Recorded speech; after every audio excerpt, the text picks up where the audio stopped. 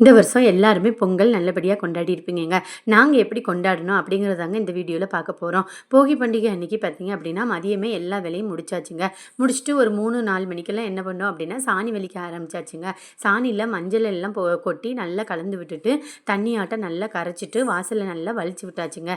சாணி வந்து நம்ம மதியம் ஒரு 3 மணிக்கெல்லாம் வலிச்சு விட்டுட்டோம் அப்படின்னா, நைட்டு கோலம் போடுறதுக்கு நல்லா காஞ்சிருக்குங்க. அதனால தான் முன்னாடியே நாங்க சாணி ஃபர்ஸ்ட்டே வலிச்சுருவோம். சாணி வலிச்சதுக்கு அப்புறம் தான் என்ன செய்வாங்க அப்படின்னா, காப்பு கட்டுவாங்கங்க. காப்புல பார்த்தீங்க அப்படின்னா மாந்தலை, வேப்பந்தலை, ஆவாரம்பூ, பூவெல்லாம் வச்சு காப்பு கட்டி வச்சாச்சுங்க. முன்னாடி வாசல்ல 2 பக்கமும் வச்சுட்டு, மாடியில 2 பக்கமும் வச்சு விட்டாச்சுங்க. அப்புறம் வேலையெல்லாம் முடிச்சுட்டு நைட்டு ஒரு 9 மணிக்கெல்லாம் கோலம் போட ஸ்டார்ட் பண்ணியாச்சுங்க. கோலம் போட்டு, கலர் எல்லாம் குடுத்து எல்லா வேலையும் முடிக்க நைட்டு 11:30 ஆயிடுச்சுங்க. அப்புறம் முடிச்சுட்டு நிற்கிறோம் பார்த்தீங்கன்னா, லைட்டா தூறல் போட்டுச்சு. சரி தூறல் தானே போடுது, மழை வராது அப்படின்னு பார்த்தா, கடைசி 5 நிமிஷத்துல பெரிய பெரிய மழையா வந்துருச்சுங்க. வந்து போட்ட கோலமெல்லாம் அழிச்சு போச்சுங்க. மனசுக்கே ரொம்ப சங்கடமா போச்சு. சரி கஷ்டப்பட்டு போட்ட கோலம்லாம் இப்படி மழை வந்து அழைச்சிருச்சு அப்படின்னு சொல்லிட்டு அப்புறம் சரின்னு சொல்லிட்டு காலையில் எழுந்திரிச்சு வந்து பொங்கல் வைக்கலான்னு சொல்லி வெளியில் வாசலில் வந்து பார்த்தா மழை நல்லா பெஞ்சு வச்சிருந்த விறகு எல்லாமே நனைஞ்சு போச்சுங்க. அப்புறம் என்ன பண்ணுறது, வெளியிலேயே வைக்க முடியாது, பனி அப்படி ஒரு பனி பெய்யுதுங்க. அதனால சரி உள்ளே நமக்கு ஸ்டவ்லேயே வச்சிடலாம் அப்படின்னு சொல்லிட்டு உள்ளே வச்சோங்க. உள்ளே வச்சோம் அப்படின்னா நல்லா பொங்கல் எல்லா பக்கமும் பொங்கி வந்துருச்சுங்க.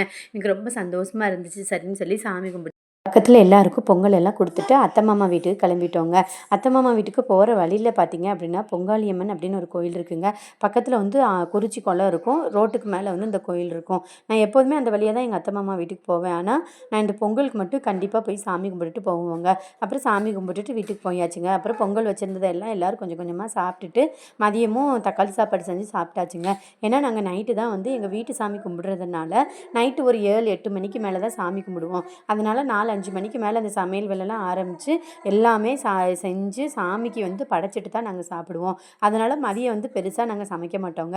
அப்புறமா ஈவினிங் பார்த்திங்க அப்படின்னா ஒரு 4, 5 மணிக்கு மேலே காயெல்லாம் வெட்ட ஆரம்பித்து ஒரு 6, 7 மணிக்குள்ளே சமைச்சு முடிச்சிட்டோங்க. வடை பாயாசத்தோட எல்லாம் சமைச்சு முடிச்சுட்டு அப்புறம் அவங்க பெரிய முன்னோர்கள் ஃபோட்டோலாம் எடுத்து தொடச்சி கீழே வச்சுட்டு ஒரு தலைவாழை வச்சு அவங்களுக்கு பிடிச்ச ஸ்வீட்டு, காரம், அப்புறமா அவங்க எதோ அதிகமாக விரும்பி சாப்பிடுவாங்க அது, அப்புறம் நாங்கள் சமைச்சு வச்ச வடை பாயாசத்தோடு சமைச்சு வச்ச சாப்பாடெல்லாம் கொஞ்சம் கொஞ்சமாக அவங்களுக்கு எடுத்து வச்சு குடும்பத்தோடு எல்லோரும் நின்று சாமி கும்பிட்டு அத்தை மாமா காலில் வந்து ஆசீர்வாதம் வாங்கிட்டு தின்னூர் பூசி ஆசீர்வாதம் வாங்கிட்டு அப்புறம் தாங்க நாங்கள் சாப்பிடுவோம். இலை போட்டு குடும்பமாக எல்லோரும் ஒன்றா உட்காந்து சாப்பிட்டோங்க.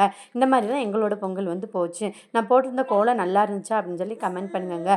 நீங்களும் உங்கள் வீட்டில் முன்னோர்களுக்கு இந்த மாதிரி சாமி கும்பிடுவீங்களா அப்படிங்கிறதையும் நம்ம கமெண்ட்டில் சொல்லுங்கங்க. எந்த மாதிரி வீடியோஸ் வேணும் அப்படிங்கிறதையும் கமெண்ட் பண்ணுங்கங்க.